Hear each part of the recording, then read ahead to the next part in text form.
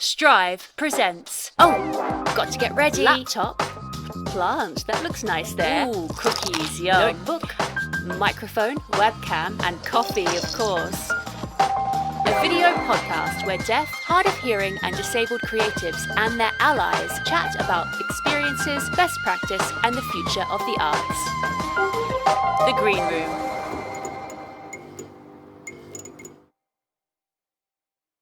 Hello, welcome to the Green Room. So, what is the Green Room? It's set up by Strive Collective, which is a collaboration between DH Ensemble and Hot Coals Theatre Productions. And we want to try and create a series of interviews with amazingly wonderful individuals, talented within the industry, deaf, hard of hearing, neurodiverse, and allies within the industry, and all creators within the field. So they're the people we're going to be interviewing. This week we have a wonderful person to interview. But first, I want to let you know who we have here. Oh, and also if you want to get involved, we can use the hashtag #thegreenroom_UK, and we can carry on with the discussions and post your questions and comments there. So please join us. So every week, we're going to be putting out the interviews on a Thursday at 7:30. I am Sophie Stone. This is my sign name, and I'm part of DH Ensemble. Today, I'm wearing a black dress with little red flowers and big hoop earrings and a little nose ring in my left nostril. I have long brown hair, and my background is a pale cream, and I'm sitting on a dark blue sofa.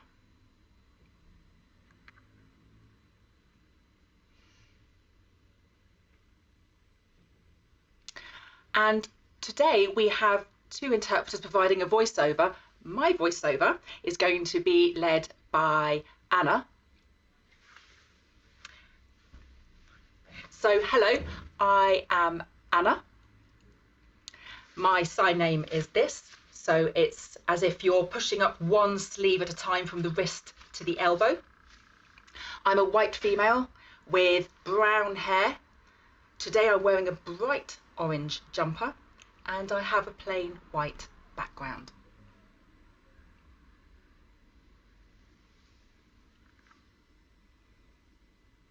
And the other interpreter we have is Kyra, who will be voicing over for David. Kyra. Hello, my name is Kyra Pollitt. I am a white woman in my mid-50s with short silver hair in a lockdown haircut, slightly wobbly around the fringe. I am sitting in front of a dark blue screen. I'm wearing a dark blue polo neck jumper and a pale woolen blue overcoat jacket, which David Ellington tells me makes me look like an advert for the Conservative Party.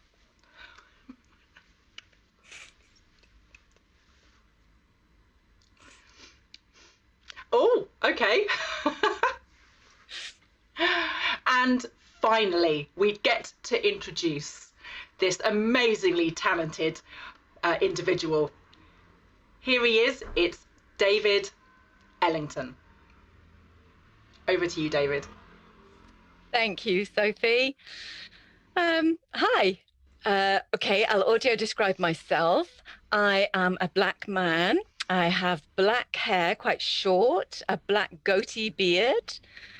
I'm 5'11" tall. I'm medium kind of build. Today I'm wearing a grey long sleeve jumper. I'm sitting on a leather swivel chair, very funky. And I have a white wall behind me, which is pretty boring, folks, I have to say. I should really spruce it up, but there you go. I have been an actor, a performer, a filmmaker, a video director and producer, an aerial performer. I think that's everything on my list to tell you. Anyway, that's who I am. Hi. Oh, amazing. Thank you. Beautiful. Oh, and I would like to add that I am a white woman. Sorry, it's a sort of bit disconnected, but I did want to add that in. So really, the green room, we all know that within theatres where they have a green room to sit and chill and chat and get together, but we can't be in right now. So I think for you and me, David, I think the first time we met sort of in a green room, I mean, we've known each other and we've crossed paths at many times and at interviews and stuff, but I think the official meeting and the sit down cup of tea and chat was before. Well, I'm just trying to think where we actually first met. I think it was an audition at Sadler's Wells. Am I right? Yeah. I remember that. That was so long ago. Was that 2011? Would that be something like that? Remember. Right? Oh, nightmare. Yeah, there've been so many things happening since then. But I remember there was a blindfold kind of part, wasn't there? And they were trying to experiment, weren't they, with how to communicate with the blindfold. So we were all banging on the floors and kind of trying to get the vibrations going and trying to respond. And yeah, I remember those blindfolds. And I remember thinking it was all a little bit crazy. And there was the director and the interpreter, and I don't know. It was kind of a weird experience, actually, wasn't it? Do you remember? Gosh, yes. It was so emotional. You know, just like that connection. I think there was a lot of, we have a lot of reading or workshops. We have husbands and wives that we all love, and I think it's a really good thing to have that diversity, right? Yeah, absolutely. That time I felt I was meeting so many people, and it was thrilling, It was a little bit mischievous. It was a bit, it was just fun, right? But it was great. Oh gosh, yes. I realised that you have so many different hats that you wear, David, within your life. You're a producer, the skills that you have, just the VS1 that you've set up and founded. You've been directing recently, specifically for See Here, most recently. You've been doing aerial work. The list just goes on and on. So how did it all start for you, David? That's what I want to know. Give me a little snapshot of all these pieces and how they come together. So just, tell me. Well, really interestingly, when I look back now to when I was little, I remember watching a film called Bugsy Malone. Oh, Bugsy Malone. You know Bugsy Malone? Yeah. Love that. With the kids with the machine guns and the custard pie fights and what? Yeah, that's brilliant. The one. And there was a character in that, a black boy, and he was singing while he was cleaning out the bar room. Yes, and I don't know, I just felt an instant connection, and that really stuck with me. I didn't do anything about it for a while. I didn't get into acting at that point. But the funny thing is, later when I was in school, which was Burwood Park School. Oh, yes, Burwood Park. Yeah. So at that time we had a drama. Well, there was a GCSE drama that you could do, and I don't know. Amongst my friends, they were kind of not keen. It was seen as a bit of a girly thing, so I stepped back from it at that point. I know. But then I was working in a deaf school, Elmfield School for the Deaf. And I was doing sort of one-to-one support with children at that time. I was doing BSL storytelling to help support the kids there, and they loved it, really visual. But there was a deaf festival that was going on in Stratford-on-Avon that I heard about at the time. Yes. So, the birthplace of Shakespeare. And somebody... it was just a kind of accident. Somebody was ill and they asked me to stand in. And I said, I have no theatre experience whatsoever. I've got nothing, but okay, let's have a go. So I studied this piece for a whole day. I remember really, really kind of prepping it for a whole day. How old were you? That was my first time on a stage. And I stepped in and I just felt like, you couldn't see the audience, the spotlights though, I don't know, something just happened inside me and I just felt confident and I went for it. It was Julius Caesar, and I was playing Brutus, the character Brutus. And it was an adaptation of the story. So Julius Caesar was pro-signing, and he was pro-banning signing, which is why he gets murdered in the end. And I was fighting against it. And so that was the kind of the dynamic of the narrative there. And when that finished, somebody came up to me and said, you know, you're pretty skilled at this. I was like, really, am I? I hadn't really thought about it. And then a few weeks later, the BBC contacted me and said, would I like to get involved being a presenter? So it just took off from there, really. That was it. Oh, that's amazing. How old were you in your first play? How old were you? That time I was 1996. Let me think about my I'm going to disclose my age. I was about 25 or 26. Okay, beautiful. Gosh, just that, those first memories, you know, being under the heat of the lights, just the nerves. But it becomes addictive, right? Terrifying. Because you could just see the whites of the eyes of the audience in the front rows and nothing behind you. You could just feel them. And I don't know. I mean, it was just, people weren't booing or throwing things or anything, but I did feel really nervous. My heart was pounding. Of course. And I don't know. And then the moment I stood on the stage, I just got this buzz, like a kind of real switch on. And I just enjoyed it so much. I was hooked from then. Wow. I remember we met up, I think it was a few years ago. It was just before the Paralympics. Yeah. What's your sign for the Paralympics? I wasn't sure what to sign. Paralympics is one I've seen because they have that logo on the flags. So they have those three curves. Yeah, so Paralympics. Okay, thank you. No, go ahead. Carry on. I was going to say that there's a controversial sign, isn't there, Paralympics, which looks like you're cutting your arms off, and that's used internationally as the international sign for Paralympics, but it doesn't look so nice, I think. So I've seen this sign, the three fingers in the curves of the logo being used more and more. Right, following the flag, okay. But I'm sure we met up or something around there just before, and you were looking mighty fine with your six-pack, I remember, really strong.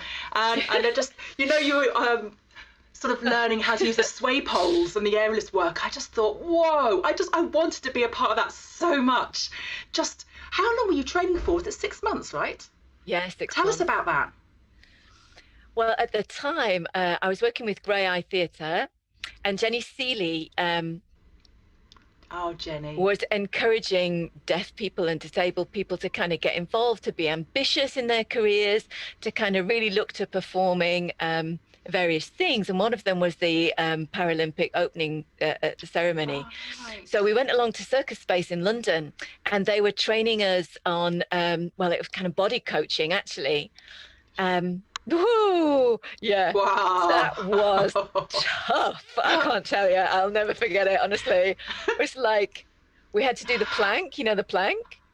We had to aim for 2 minutes in the plank, hold it in, and then we would be holding overhead bars and doing pull-ups, and just trying to strengthen your shoulder muscles, just hang there in a lifted position for like a minute, and then the legs, you had to, while you were hanging there, you had to lift and lower your legs to give you that kind of flexibility, the muscles to raise your legs once you're on the aerial equipment. So yeah, I did get quite fit. But it was important because actually that fitness helped my body be more flexible. I think I would have been really quite wooden, and it would have been really hard to work in that with a stiff body. So circus skills are good for you. Seriously. Well, you made it look really easy. You got to practice. I was thinking I can do that. God, look at him. Yeah. mean, there are all sorts of kind of technological things, you know, like the hoops and things. So there are different ways of practicing those skills, but it is really, really conditioning. So some body coaching really helps, and then you become more flexible, and then you can handle, you know, if there's a slight movement in the hoop, your body, you have the muscular response available to you, you know. So goodness. yeah, it's cool. So in terms of that skill, I think you've used that sort of outside, the Outside Theatre Festival, didn't you? The sway poles. There's a story about that, isn't there? Yeah, that's about Graeae. We were doing something called Strange Fruit, Yes, which was based in Australia. And so I'd learnt the sway poles, and we had a number of sway poles set up. I think they're about 6 meters high. Whoa. And then we had a little kind of bar across, and I think that was it. So you had your legs on straps, and then you would climb up. You would stand on this horizontal bar, clip your leg strappings into the sides of the sway poles, and that was it. In terms of health and safety, honestly, that was it. But we got trained on how to do it, what would happen, and then the sway poles were moving around, and you were sort of strapped to them, and you had to move with them. So that performance was called Gardening. And that was a sway pole performance, but that was so much in the core. You really had to work not from your shoulders but from the core, and it's the core that really gives you the movement, you know, and the core is what helps you stop, you know, put the brakes on when you're on a sway pole. You do it all from your core. Yeah, absolutely exhausting. Well. Absolutely exhausting, seriously painful, but amazing. That's the job, right? That's the job. Amazing. I mean, it just must be such a phenomenal feeling to be a part of the Paralympics, you know, with such an audience. Oh, yeah. How was it? Tens of thousands of people or more in that auditorium. It's just phenomenal. About 80,000, I think. No! Oh, wow. Yeah. Yeah. And I'll never forget, there was this amazing moment with the lights and the colours, and it was amazing. There was this kind of, on the sway poles, I was on the end of one of the lines of sway poles. And do you remember that there was that amazing Heatherwick bowl that opened like a fire bowl and closed again, and I was right next to it. So from where I was on my sway pole, I could see the bowl, I could see the Queen in her little box. You know, she's just like this little figure across the way there, but I could see the colour of her dress. I could see her standing there. I felt so proud. I really did. It was great. Amazing. Wow. I mean, gosh. Your aerial skills as well. I think you used them a lot in what was it? Extraordinary Bodies. Yeah. And I think in the rehearsals when I saw you doing the aerial work, it was just such a massive performance. And again, your balance, your ability to balance and move was phenomenal. Yeah, Extraordinary Bodies. We did a show called Waiting. That's it. And it had a massive metal bridge. It looked like a bridge, but actually it was just kind of balanced on this central pivot. So the bridge would it would raise up and then it would swing and sway on this pivot, and it would go 360. It would in all directions. So the skill for that, and obviously we were trained by the circus, was that you had to really trust where you were on that equipment, and you had to kind of balance, and you had to move with the equipment. And it was really good, actually. So we did the performance, and there was another guy performing and me, and one of the ambitions of one of the scenes was that we would move together across this equipment. We'd walk towards each other, and of course every time either one of us took a step, that the equipment would balance in that direction. So we were both working together, coordinating it to try and really make sure, but we had to be really careful about how heavy are you, how heavy am I was the heavier one because I'm taller, so I had to step back if he was swinging in a particular way.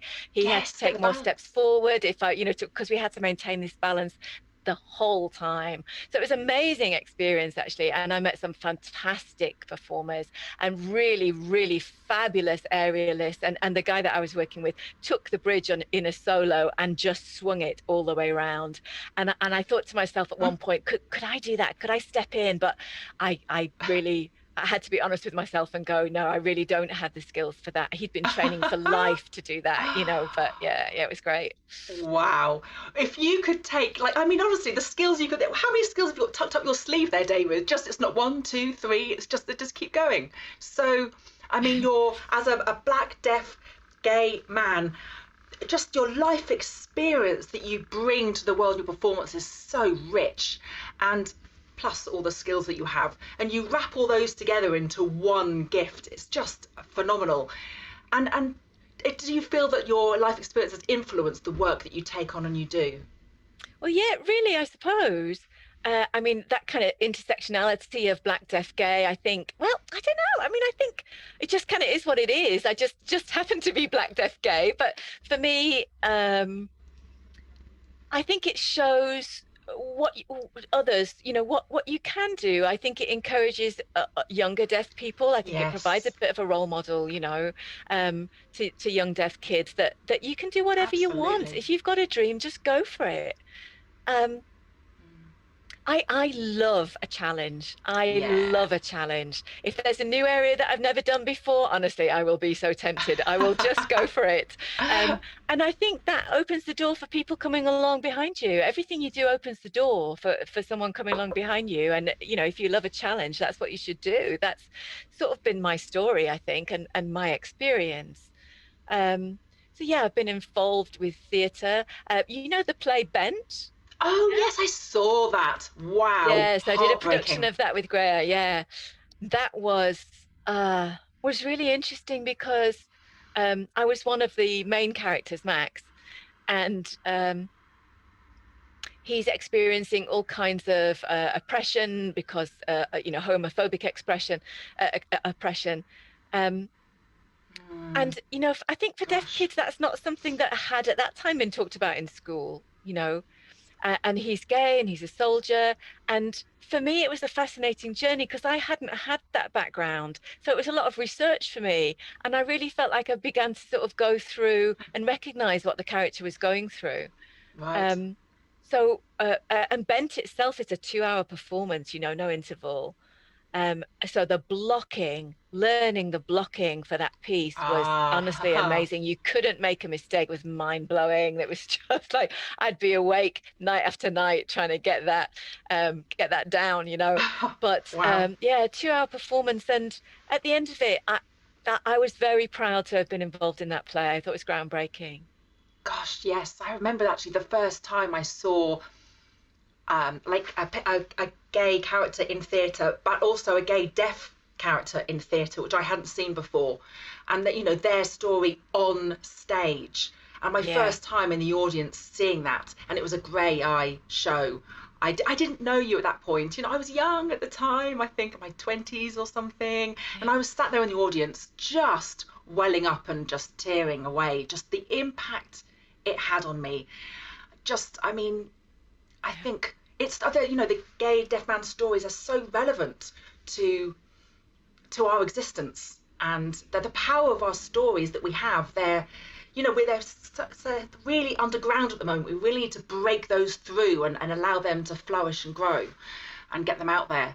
So I think things like recently See Here, and you've been doing dismantling racism within the deaf community. Yeah, that episode. And I believe Rinku was, he also covered something called double discrimination. And such important issues that the both of you have raised and have been addressing. And for this one, you were wearing your director's hat, a different hat, where we move on to now. And just this theme that you start to address about transition. Can you tell us more about that? Yeah, I think it's really important to get that on screen, to look at discrimination and racism within the deaf community, because it is there. And we haven't really talked about it. It hasn't been spoken out loud. I think it's been justified by society, by, the workplace, by all of those kind of things. And I think that through the research process for that, what we noticed was when we spoke to older deaf people and we said, have you experienced racism? They said, no, never. We're like, that's really odd. And then when we moved on to the middle-aged people, they were like, a little bit, and the younger people like, yay. So I think what that showed us was that older deaf people just weren't educated in recognizing, what discrimination looked like. Right. So if you go into Black deaf history and you look at where is our access, it's quite incredible. So really, that's the kind of door we're trying to open. And really, we've just touched the surface so far. I'm hoping that we're going to make some more programs on that. I'm hoping that the BBC will might commission some more of those, because we just sampled people from those age groups. But I think all of this comes back to what is a big problem for the deaf community, as you'll know, mental health, Absolutely. and the statistics on Black young people in mental health is really, really, really stark.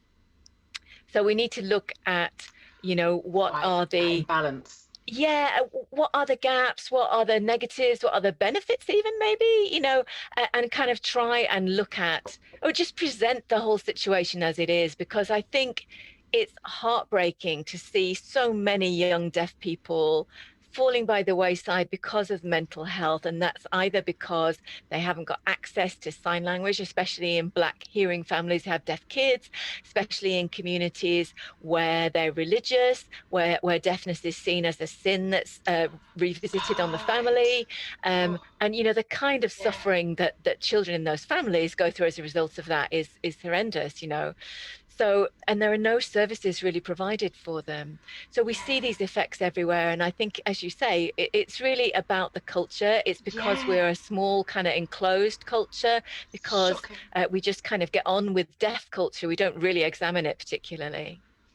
I mean, I never thought, in terms of white ignorance. I'm not from a religious family myself. And I know a lot of Black families have very strong religious beliefs within their family, and they religiously go to church, but I think church, if it doesn't have the signing accessibility, and then you have deaf children or deaf people sitting within that environment with no access, it's crazy. And I think I've been, thank you so much, because I've learned so much from watching you and your descriptions and your access to that, so thank you so much for providing that. And that leads me on to you also set up a Black Deaf UK group. Yeah. And it was really to open up a space to discuss and improve the signing within society, within that realm of the Black community. And I think people haven't felt necessarily safe enough. They felt too oppressed or challenged to actually come into that space and discuss openly. And I think, since Black Lives Matter and so many people have been more keen to take on board and learn the right way to sign, the right way to engage.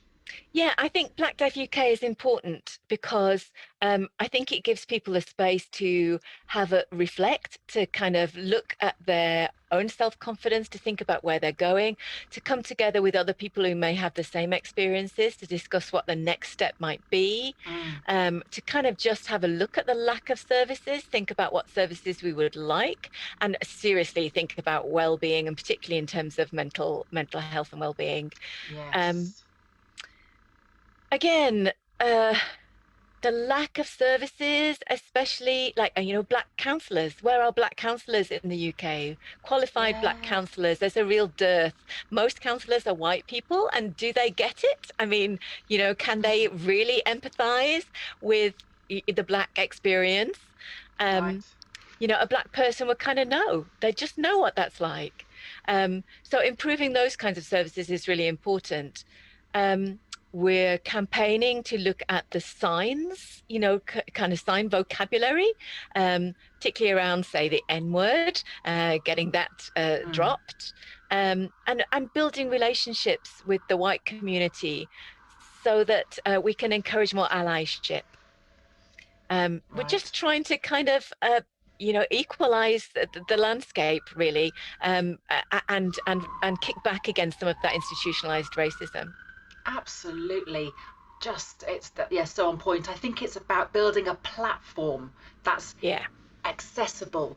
that videos of information, because at the moment there's so little out there in sign language, and so I think it's so important to dissolve that ignorance and lift everybody so that we all have an awareness, and there's an ease of finding the information, finding those videos in sign language, so there's an ability to empathise, self-reflect, and improve our own knowledge and education on those matters.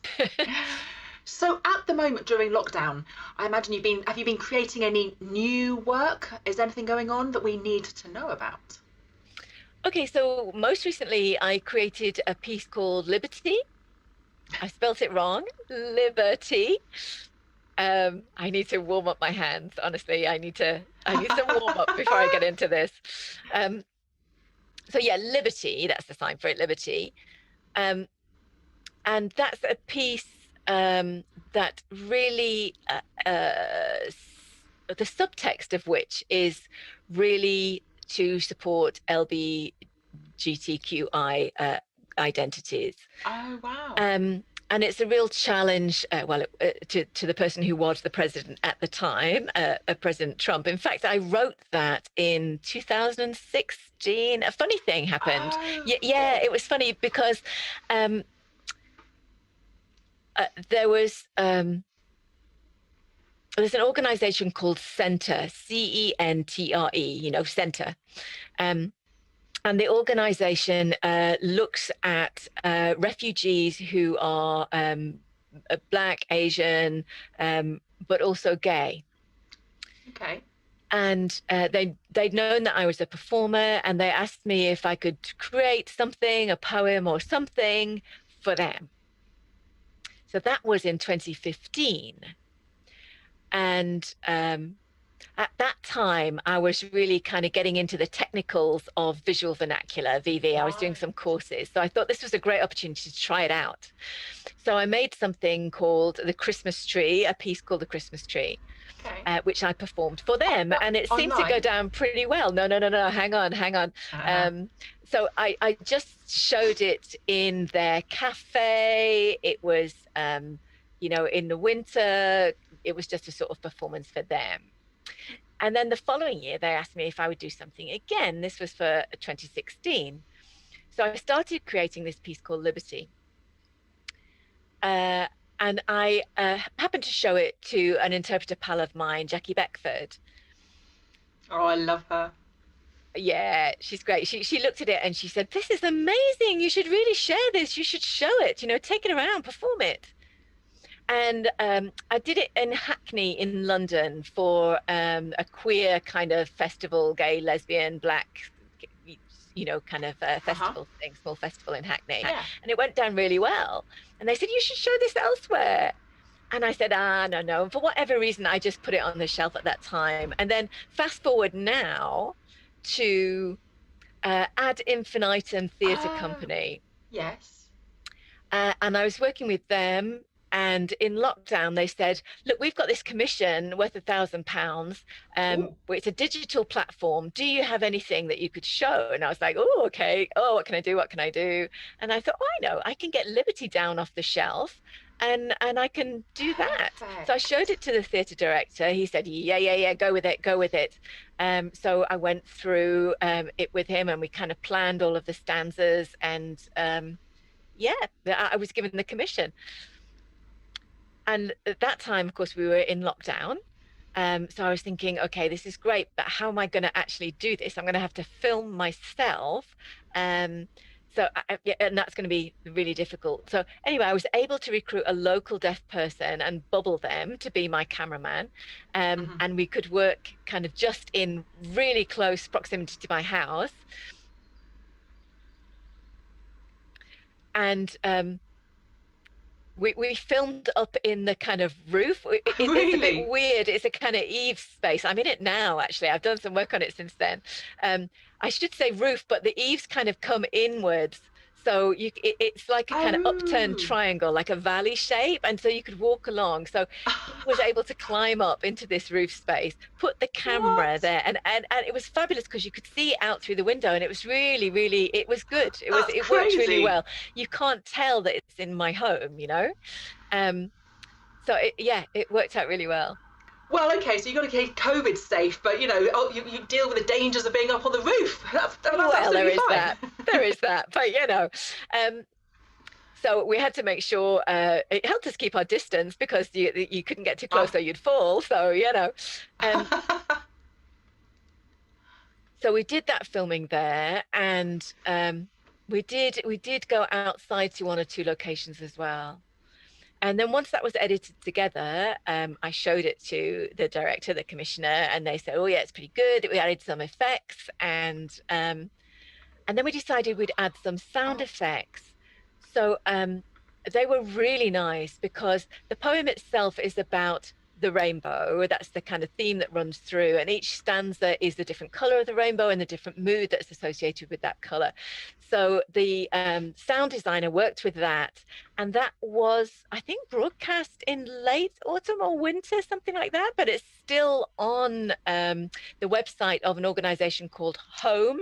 This is their sign, Home. It's in Manchester. Yeah, it's the arts organization in Manchester. So Liberty is on their website, and it's got some great reviews, so it's been really nice. And isn't that back where you started your poetry with, was it Richard? I think I remember seeing a video or something ages ago, years ago. A long time ago. First kind of Black and White, I think it was called, yeah.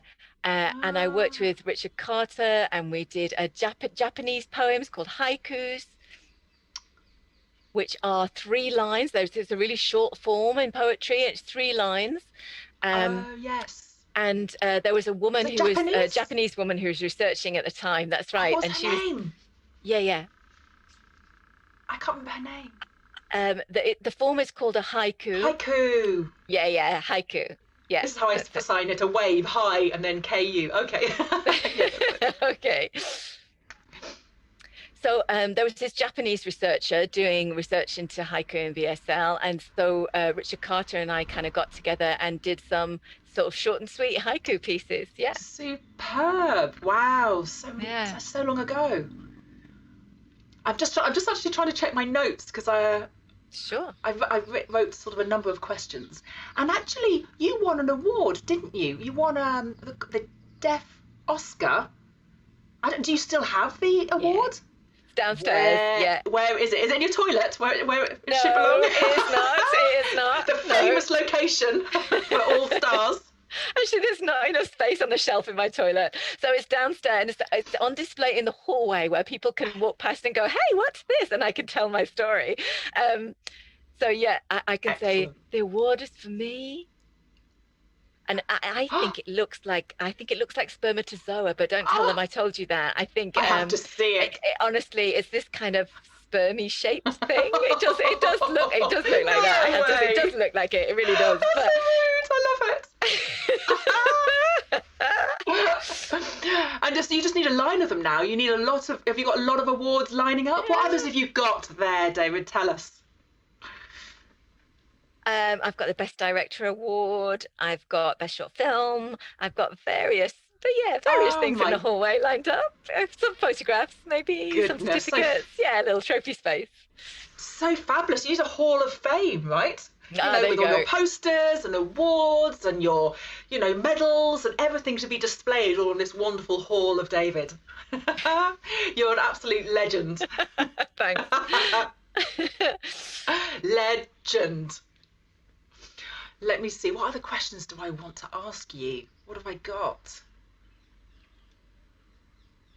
Oh, dreams for the future. What would you like to create next? Out of your many hats that you can pick up and utilise and put to play, what is it that you'd like to write or change or create? What's next? Well, I think next I dream of making a feature-length film, actually. Oh, wow. A feature-length film. I'd like to have a go at that. I'd like we talked about deaf people getting involved in the arts, and I think I'd like to do something about the Black community, maybe some kind of comedy drama in sign language. I haven't really done anything like that yet, so that would be a challenge. I mean, I don't know whether I'd be able to do it in my time, but yeah, that's an ambition. Like a sitcom? well, comedy drama, I think. Comedy Okay. drama. Okay.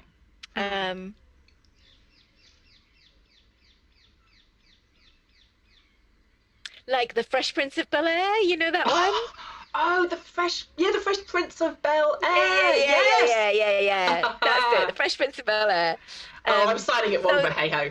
Something like that, I reckon. But that's where I think the Black community, I think, you if you see each other in those if you see yourself in those kind of productions, I think it's helpful. So that would be something I'd like to make. Yeah. You should definitely do that. Gosh, I really miss that programme. We need to have more comedy. David, get that hat on, roll up the sleeves and create something now, please.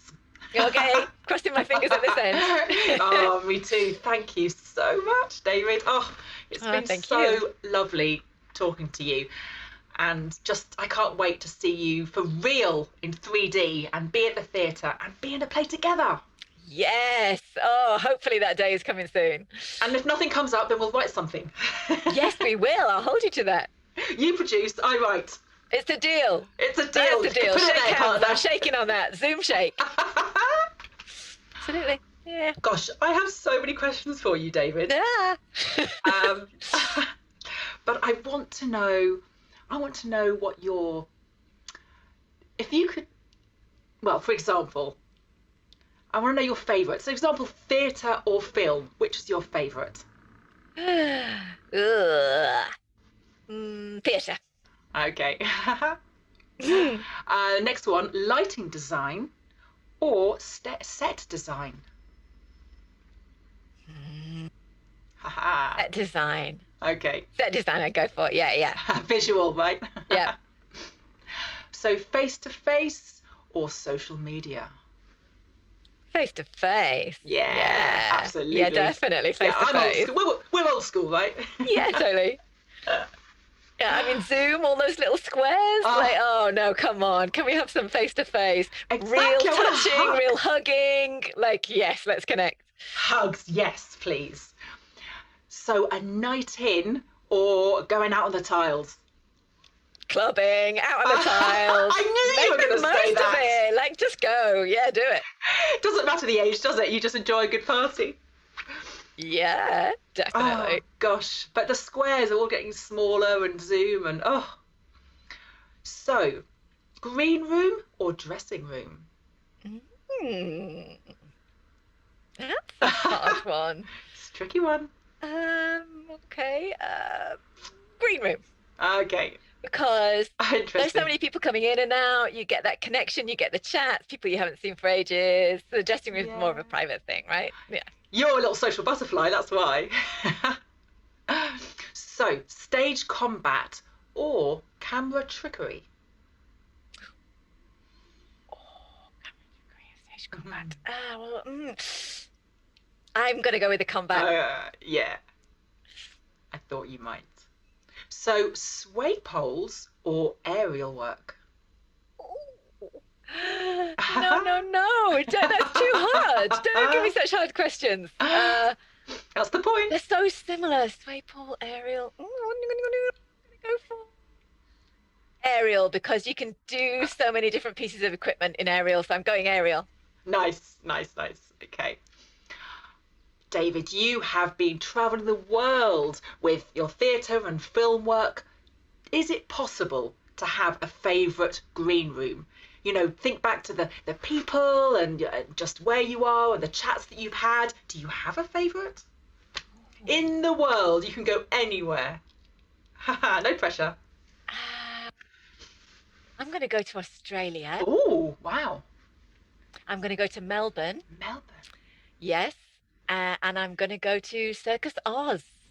And I'm going to sit in the green room there because I liked the cultural exchange between us and the Australian circus performers. So Melbourne, Australia is where I'm at.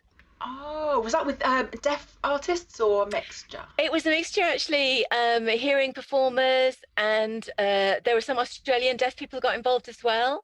Really? So, yeah, Melbourne, Australia. So that's Auslan, isn't it? Auslan sign language. Auslan, yeah. Auslan was the language, It's which very is very, similar to very us, similar to right. British Sign Language. There are some differences, but it, you can kind of mutually communicate. Like we say "what" in Australia, they say "where." I think that's "where" That's or something where? like that, or "now." It means now, something like that. I don't know. There were some kind of strange ones that threw us a bit, but yeah. Be completely What for? confused. They use what for? What for? What for? Oh yeah, that one. I know that one. Yeah. I've got one last question for you. If there is anything you could change in the world, one thing that you could improve based on who you are, the impact you could make on the world from an artistic perspective, what is it that you would do? I'd want to see more deaf performers using sign language, using visual vernacular, VV. I'd like to have the equivalent number of deaf signing performers to the hearing people. Yes. Or maybe, I think at the moment it's 3/4 hearing and 1/4 deaf usually in most productions. So I'd like to equalize that. I'd like to get more training and more accessible training for deaf people. And then when I'm old and I retire, I can look back and see all these amazing performers in the next generation, and I can feel like I've passed something on. Beautiful. And so you can have that lit torch and pass it on to the next generation. The one. Yeah. Oh, yeah. Beautiful. Passing the torch. Yeah. Love it. David, thank you so much. You've been so generous, and it's been such a wonderful time chatting with you. And the stories that you have just over the years that you've worked in your profession have just been so inspiring. The number of things that you've achieved, the number of hats that you wear. I don't know how you're so exhausted, but you're still fit and carrying on and working hard. It's phenomenal. Yeah. I'm just going to keep you in mind as I get older. It's been so lovely to have you here, and thank you to the interpreters as well. And for those of you that have been watching and listening today, watching the Green Room, please post your comments. Remember the hashtag #TheGreenRoom_UK. Thank you, and see you next week. Bye. Thank you. Bye. Guest, David Ellington. Host, Sophie Stone. Interpreters, Kyra Pollitt and Anna Kitson. Music, Road Trips, Offshane. The Green Room, a video podcast produced by Strive, a collective made up of the DH Ensemble and Hot Coals Productions. You can find all the videos and audio recordings of this series at www.strivecollective.org/the-green-room. Twitter @Strive Collective with no E. #TheGreenRoom_UK. Celebrating best practice, spotlighting unsung heroes, inspiring action. Logos for Strive, Hot Coals Productions and the DH Ensemble, supported using public funding by Arts Council England.